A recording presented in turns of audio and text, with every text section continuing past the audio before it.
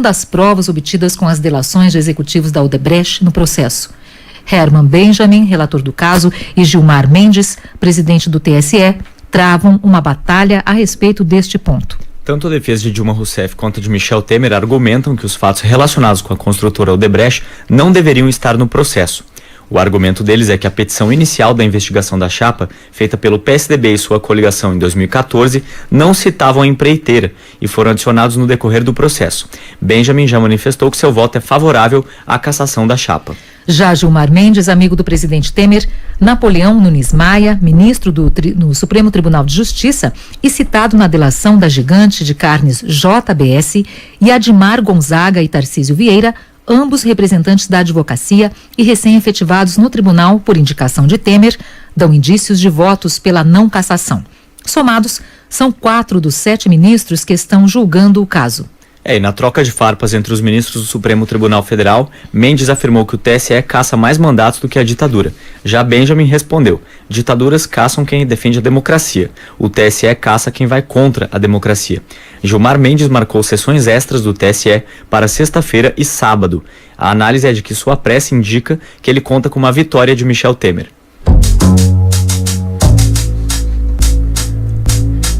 E o Planalto segue em clima de tensão. Delações de Joesley Batista apontam que o presidente Michel Temer usou um jatinho do dono da JIF. No primeiro momento, Temer negou que tinha usado o avião. Depois, ele admitiu que usou a aeronave. Joesley Batista afirmou que, inclusive, sua mãe recebeu uma ligação do líder do Planalto para agradecer a decoração de flores do jato. A avaliação é que existe uma estratégia do Ministério Público para minar Temer ao longo dos dias. Auxiliares do presidente acreditam que o órgão ainda tem cartas na manga não divulgadas.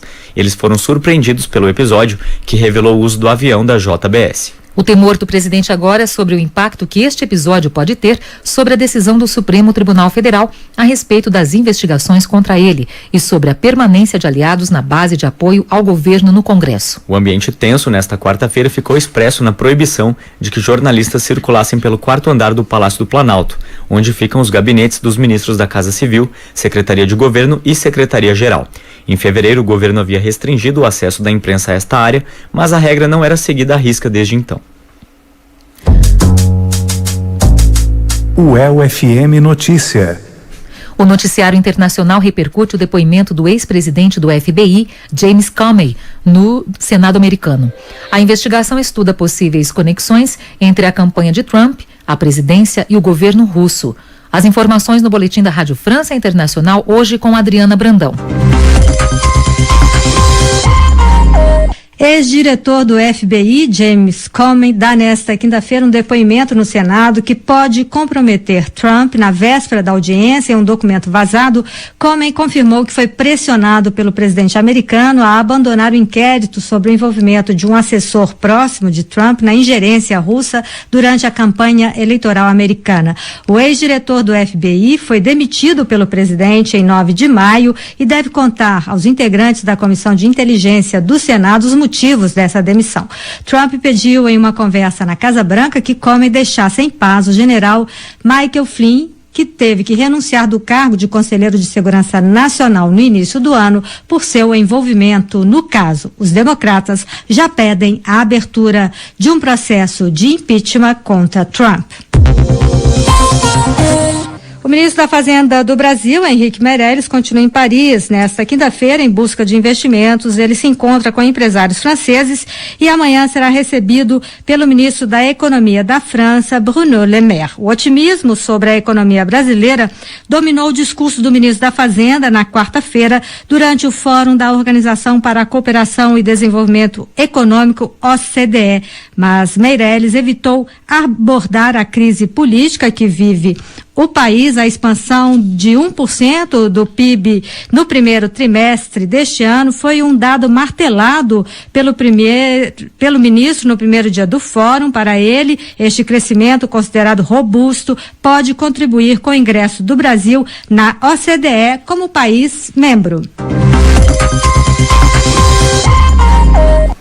Meio-dia 10 minutos e ainda na Europa, o noticiário destaca as eleições britânicas para o parlamento. Hoje, os ingleses vão às urnas com voto justificado nas políticas de segurança. O assunto virou tema central de governo e oposição depois dos atentados em Londres e Manchester. O resultado da eleição sai sexta-feira.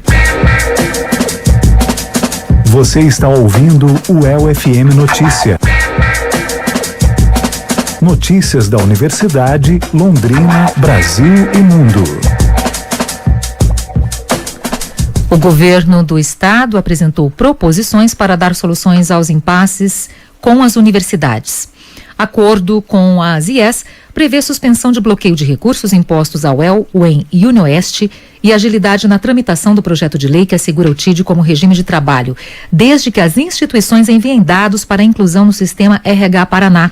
O governo propõe ainda criar um grupo de trabalho para a construção de uma proposta de autonomia universitária no prazo de 90 dias, com a participação das comunidades universitárias. O projeto seria construído nos próximos 3 meses, tempo em que as universidades ficariam fora do Meta 4. As propostas serão votadas agora pelos conselhos universitários e, na UEL, a data da reunião do conselho ainda será definida. Esta reunião em que o governo apresentou as proposições foi realizada na terça-feira, com a presença de reitores das 7 universidades estaduais, o governador Beto Richa, o secretário de Ciência, Tecnologia e Ensino Superior, João Carlos Gomes, o líder do governo na Assembleia Legislativa, deputado Luiz Cláudio Romanelli, o secretário de Fazenda, Mauro Ricardo da Costa, e assessores. A reitora da UEL, Berenice Quinzani Jordão, explica o teor do acordo. A proposta envolve um compromisso do Estado em tramitar uma proposta que busca assegurar o TID como regime de trabalho na carreira docente, que esta é uma situação que não está completamente clara na atual lei. A segunda questão é que ele também suspenderia a aplicação dos bloqueios que foram, os contingenciamentos que foram aplicados às 3 universidades agora na semana passada, o UEL, o UEM e o UniOeste, criaria um grupo de trabalho para discutir a questão da autonomia. Então a proposta do Estado é tentar resolver, do governo do Estado, é tentar resolver esta situação de impasse, de discussões entre a universidade e o Estado diretamente por uma autonomia que seria construída em 90 dias, um modelo de autonomia que viria a ser construído em 90 dias, e também uma situação de fazer com que não se aplique imediatamente a inserção das universidades no Meta 4. Para isso, haveria necessidade das instituições que ainda não encaminharam os dados que foram solicitados pelo grupo de trabalho, pelo GT de Meta 4, que estava discutindo a inserção das IES no Meta 4, que essas universidades deveriam estar encaminhando esses dados, então, para que tudo isso pudesse vir a acontecer. E nós expusemos nesta reunião ao governador e aos componentes da reunião, os que estavam lá presentes, o secretário João Carlos, o secretário Mauro Ricardo e assessores, e também o deputado Romanelli, que estava presente, apresentamos as dificuldades hoje internas, as razões pelas quais as universidades não aceitam o Meta 4 e não entendem que o Meta 4 seja mecanismo que se adeque às universidades. Portanto, isso foi exposto por todas as universidades, reafirmaram este posicionamento.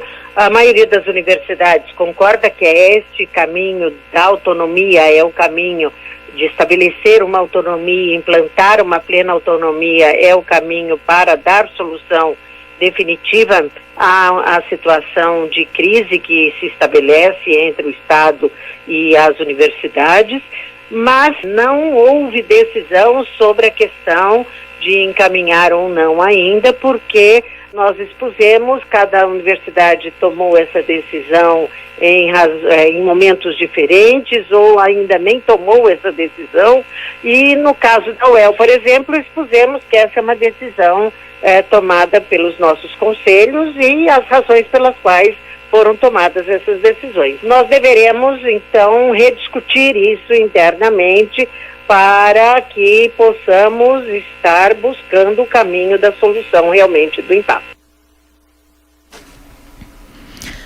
O governo condicionou, então, a suspensão ao encaminhamento dos dados solicitados pelo grupo de trabalho que vem estudando a inserção da UEL, a UEM e a UniOeste no programa RH Meta 4.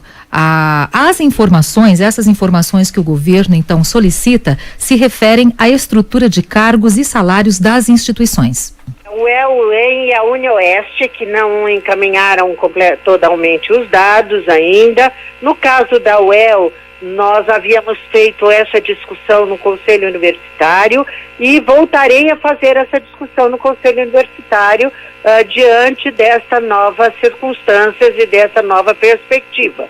Acho que esta conversa de ontem acena para uma alternativa, por isso temos que voltar a discutir diante dessa nova perspectiva para ver a medida mais adequada que a UEL deve adotar.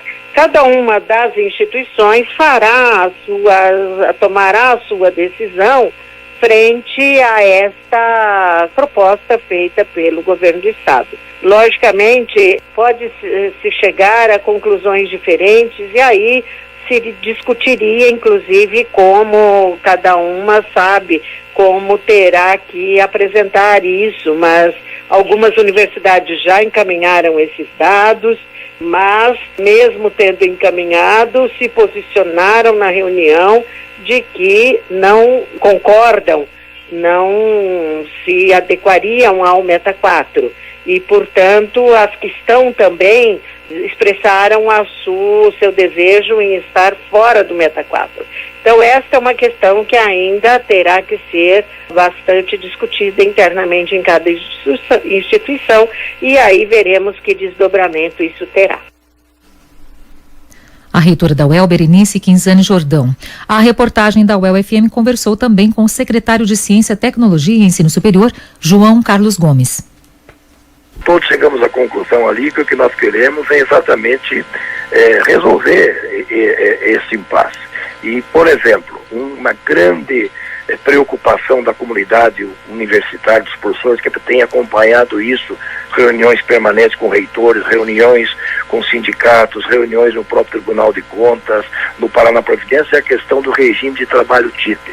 E o governo, inclusive, se comprometeu a dar andamento à proposta que a SET fez através dos seus técnicos, com apoio com pessoas com expertise na área, e vamos encaminhar à Assembleia um projeto-lei que definitivamente dá a tranquilidade aos nossos pesquisadores, aos nossos extensionistas, aos nossos professores, aos nossos gestores, que TID nas universidades é um regime de trabalho. Isso está relacionado à carreira do docente. Então, o governador entendeu, eu já havia conversado com ele, mas a explanação dos reitores, de todos ali, ainda ampliou essa importância dessa decisão. Então, eu vejo como uma grande decisão essa tranquilidade aos nossos pesquisadores, professores, extensionistas, enfim, a toda a comunidade acadêmica das nossas universidades.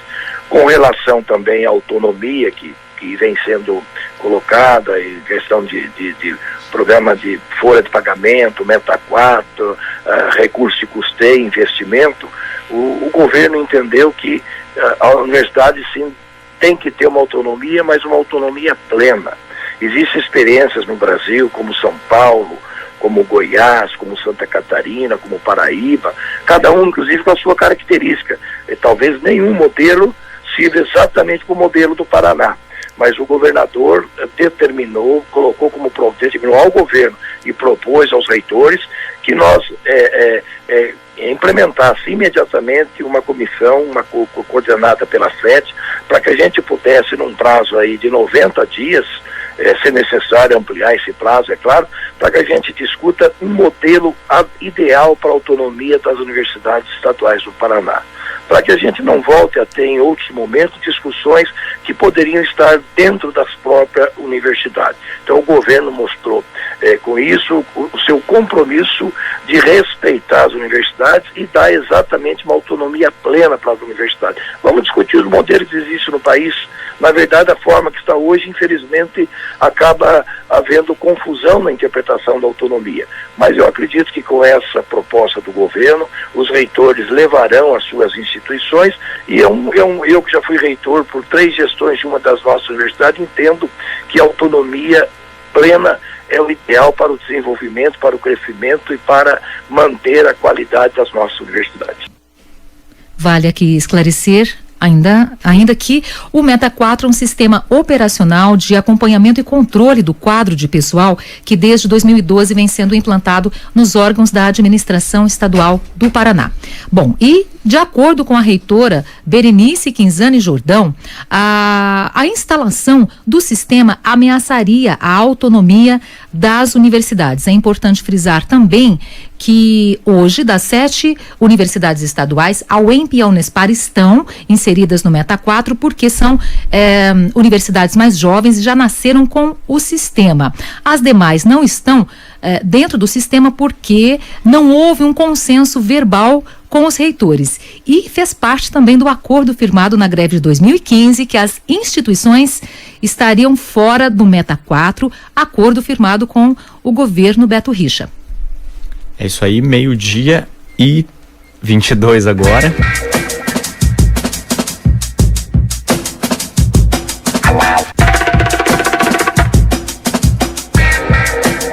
UEL-FM Notícia. Quinta-feira é dia da coluna Para Ouvir Direito aqui no UEL-FM Notícia. Hoje nós vamos entender o que é um advogado dativo. Vamos ouvir.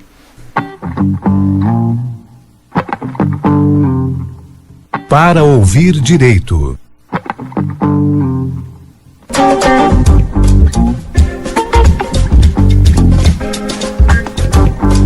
O acesso à justiça é um direito fundamental. Entretanto, acionar o Poder Judiciário, além de ser burocrático, também custa caro. A tabela de honorários da OAB Paraná estipula valor mínimo de R$300 para uma consulta com um advogado. Como meio de garantir esse direito de acesso à justiça, surgiu a figura do advogado dativo. Quem conversa hoje com a gente é o professor especialista em Direito Civil e doutorando em Direito Processual Civil, Rafael Pita. Professor, o que exatamente é o advogado dativo? Advogado dativo é aquele advogado que vai ser chamado para atuar em uma causa em que uma das partes, ou que ambas as partes, não tem dinheiro, que não teria condições financeiras de arcar com as custas dele. Se você for entrar com uma ação que custa R$1.000, que custa R$1.500, que custa R$3.000 e você não tem dinheiro, você ainda assim pode ir perante o juízo e pede para que o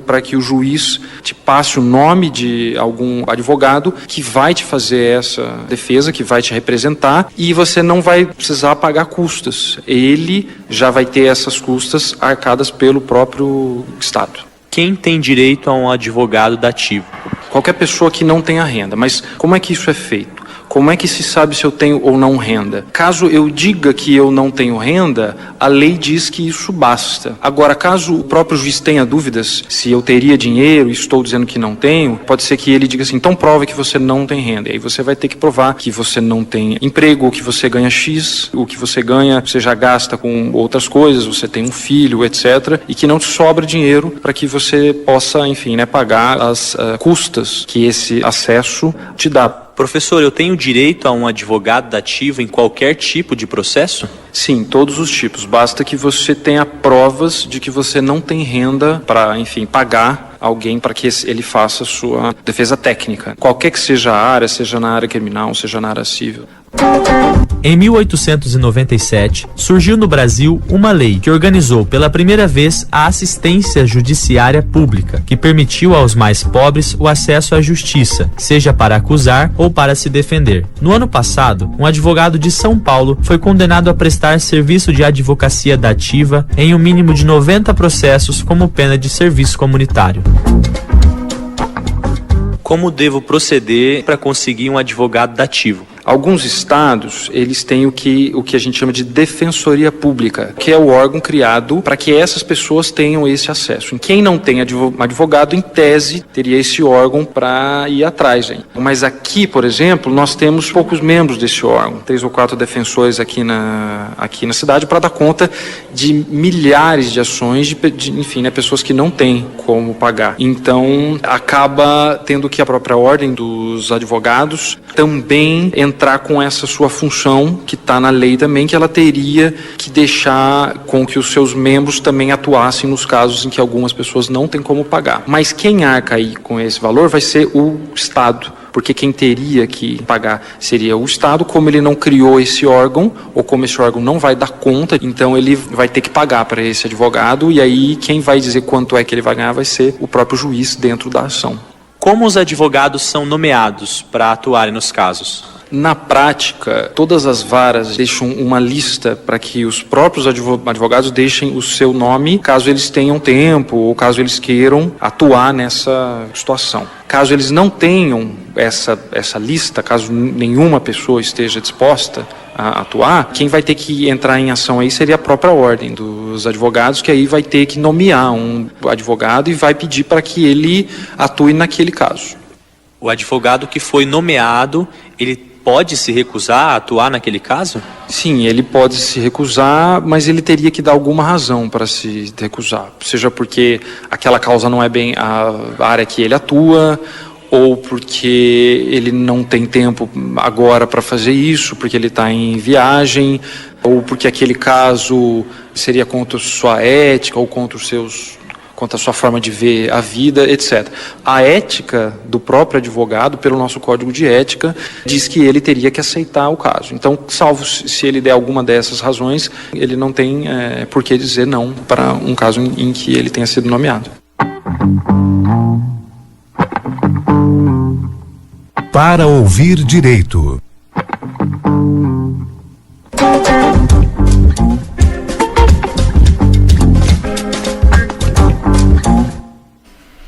A coluna Para Ouvir Direito tem produção e edição do estagiário Fernando Buchhorn, com supervisão do Núcleo de Jornalismo da UEL-FM, e para solicitar um advogado dativo, é possível então se dirigir ao Fórum de Justiça e procurar a vara especializada para a sua ação. Ou ainda solicitar um advogado na OAB de Londrina, que está localizada. A OAB está localizada na Rua Governador Parigo de Souza, número 311, Jardim Caiçaras, próximo à Câmara de Vereadores de Londrina. Outro meio de acessar a justiça gratuitamente é pelo Escritório de Aplicação de Assuntos Jurídicos da UEL, que fica na Rua Brasil 742, no centro, próximo à esquina com a Rua Goiás. 12:28, e hoje continuamos a série de reportagens sobre histórias desses 27 anos da Rádio UEL-FM. No episódio desta quinta-feira, dedicamos um espaço para o grupo de pessoas que dá mais cor e pluralidade para a nossa rádio. São nossos colaboradores, que produzem voluntariamente programas das mais diferentes vertentes musicais. Fernando Buchhorn destaca alguns deles agora. Apresentaremos hoje Planeta Hip Hop. América Latina canta. Elisandro Pelim vos fala mais uma vez. Estamos começando o nosso Aqui Tem Jovem desse fim de semana, levando para você o melhor do Sky, do Rocksteady. A Rádio da UEL tem hoje 25 colaboradores voluntários que conduzem 14 programas de 1 hora, 5 colunas que vão ao ar entre a programação, além de participarem de produções como o Trem das 11 e o UEL-FM Notícia, um trabalho de amor e dedicação e que compõe quase 20% de todas as vozes que a rádio veicula semanalmente. O UEL-FM apresenta Passado a Limpo, programa dedicado a intérpretes e compositores da música popular brasileira que o tempo não fez esquecer. Desde criança, o médico José Luiz Baldi aprendeu com a mãe, pianista, a gostar e colecionar LPs da música popular brasileira. Ele foi convidado por Rosa Belin, a primeira diretora aqui da Rádio UEL, para dar início ao programa Passado a Limpo. Há 15 anos no ar, de 91 a 2005 e desde 2016, o Passado a Limpo apresenta canções brasileiras dos séculos 19 e 20. Choro, embolada, samba, samba-canção, valsa brasileira. José Baldi acredita que o trabalho voluntário na rádio é uma maneira de devolver à sociedade todo o conhecimento musical que ele adquiriu ao longo dos seus 78 anos. Eu estava lá no casarão, aí vem um senhor na minha mesa e falou assim: o senhor que é o Dr. Baldini, o senhor faz aquele programa de rádio na Rádio da UEL, né? Eu vou fazer um desafio pro senhor. Eu queria que o senhor fizesse um programa da Tia Amélia. Tia Amélia é uma pianista do Jaboatão do Guararapes. E esse senhor tinha nascido em Jaboatão do Guararapes. Então ele conheceu a Tia Amélia na infância dele. Aí eu fiz um programa com as músicas da Tia Amélia tocando. Terminou o programa, esse cara me telefona pra casa. Começou a chorar no telefone. Ele falou assim: nunca imaginava que nesse nortão do Paraná aqui tivesse uma pessoa que conhecesse Tia Amélia e que fizesse um programa inteiro de 1 hora com as músicas dela. Caiu no choro de emoção. Eu queria agradecer ao senhor porque é um presente, uma dádiva que nunca imaginei que eu fosse receber na minha vida. Obrigado pela audiência e até o próximo programa.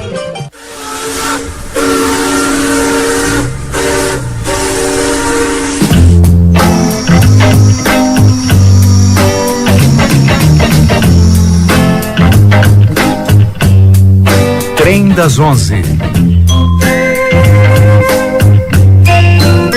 O programa de rádio é uma coisa diferente todo dia, é uma novidade todo dia, tem sempre coisa acontecendo. Um programa é sempre diferente do outro, e um programa de 1 hora parece fácil de fazer, mas é bem complicado de fazer um programa diário. Você tem que ter ideias todos os dias. Uma coisa que é interessante também é o contato que você acaba tendo com outras pessoas. Então sempre tem convidados novos, tem gente com ideias novas, com ambientes que você não domina, que você não conhece, com relações pessoais, uma coisa que te acrescenta também informação e como pessoa. Eu acho importante a rádio ter me proporcionado isso. O jornalista e publicitário Flávio Lanaro está há apenas 3 meses como colaborador voluntário do Trem das 11. A convite do apresentador Gerser Gogel, amigo da época da faculdade, Lanaro passou a fazer parte da produção do programa. Apesar de estar há pouco tempo na rádio, em 3 meses, Flávio Lanaro já pôde sentir as dificuldades da produção de uma revista radiofônica diária e também compartilhar boas experiências. Bom, abrindo o Trem das 11 de hoje trilhas sonoras. Eu não sou o Flávio Lanaro. E eu não sou o Gerser Gogel. Trilhas sonoras no Trem das 11 de hoje.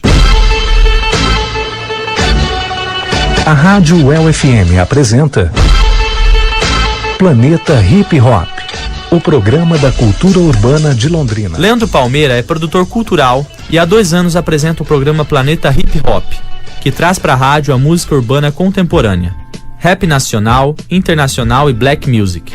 Para ele, fazer parte de uma rádio significa realizar um sonho de infância e permitir que esse espaço seja democrático e leve informação, principalmente para a periferia. A gente procura colocar sempre músicas interessantes do movimento, músicas inteligentíssimas que falam sobre o negro da periferia também, que resgata essa autoestima do negro. Então a gente acredita que através da música negra a gente aprende a fugir desses estereótipos, aprende a que a gente tenha que ter autoestima, né, autorrepresentação, e também a gente aprende a se defender, porque o nosso cotidiano é violento. A gente tem que correr do crime, do tráfico e da polícia ainda, e fugir dos estereótipos que a gente carrega. Então essa pra mim é uma coisa que me motiva. Trabalhar, produzir o programa, tocar as músicas do hip hop pros jovens da periferia. A história mais interessante que aconteceu comigo foi que uma vez que eu gravei o programa na sexta-feira e no sábado eu estava de carro em frente a uma favela, assim, aqui na Zona Oeste, no bairro do Vila Rica. E aí tinha uma senhora que parou do meu lado, uma senhorinha que estava ouvindo o programa, e ela estava ouvindo a música do rap do Racionais, Um Homem na Estrada, que é uma música pesada do disco Raio X do Brasil de 1993, que é um rap pesadíssimo naquela época, nos anos 90. E essa senhora estava ouvindo o programa, daí eu olhei pro lado assim, eu ouvi, porque na hora que acabou a música, aí eu ouvi a minha voz na sequência. Pra mim foi espetacular.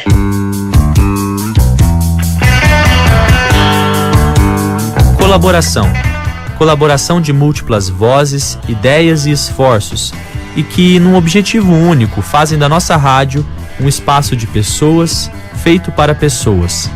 Vida longa a 107,9. Fernando Buchhorn, para a série especial UEL FM 27 anos.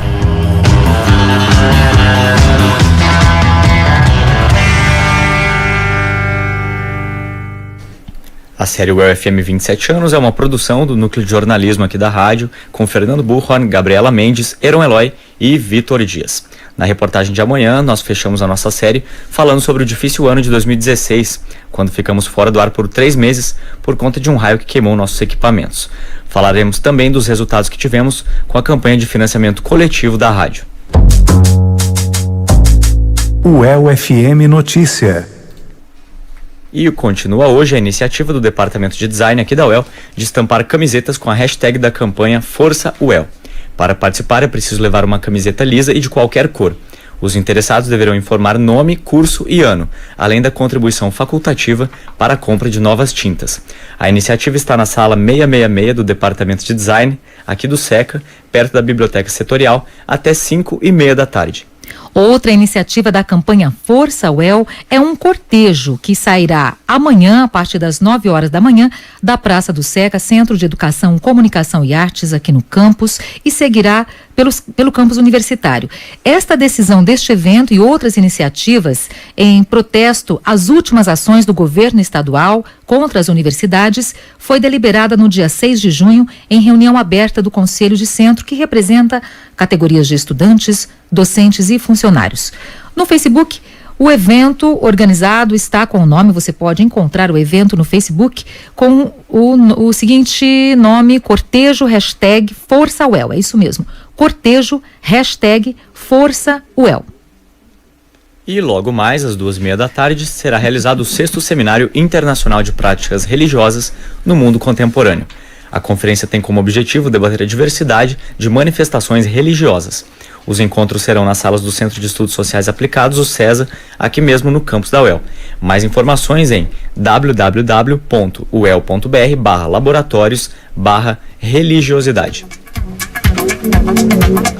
Meio-dia 37, estamos chegando ao final do UEL FM Notícia, mas amanhã já informamos a você que teremos uma entrevista ao vivo sobre o Centro de Educação Infantil da UEL. Há 2 unidades, né? O Centro de Educação Infantil, as creches, então, há uma unidade aqui no campus e também no HU. E a situação que vai ser discutida é a situação de recursos humanos, a falta de funcionários, que pode advir aí com até fechamento de turmas até o final do ano. Esse, então, tema de amanhã do UEL FM Notícia. E ainda hoje, só que às 4h30 da tarde, tem o programa Modos de Vida com Patrícia Zanin, hoje recebendo as pesquisadoras Patrícia Aroni e Aline Cork, do Grupo de Estudo e Pesquisa da SEDE da UEL, o GPS. Elas estarão ao vivo. A Patrícia é professora do curso de enfermagem aqui da universidade e faz doutorado na USP de Ribeirão Preto. Ela está testando picolés mentolados para minimizar a sede em pacientes que fazem cirurgia. A Aline fez mestrado em enfermagem pela UEL e realiza pesquisas com chicletes mentolados com a mesma finalidade. Mais sobre essa pesquisa que elas estão incentivando, às 4h30 da tarde, no Modos de Vida com Patrícia Zanin. Obrigada pela sua companhia. Até amanhã ao meio-dia. Até amanhã.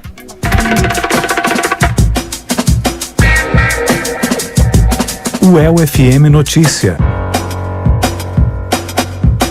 Áudio Elias Vergenes.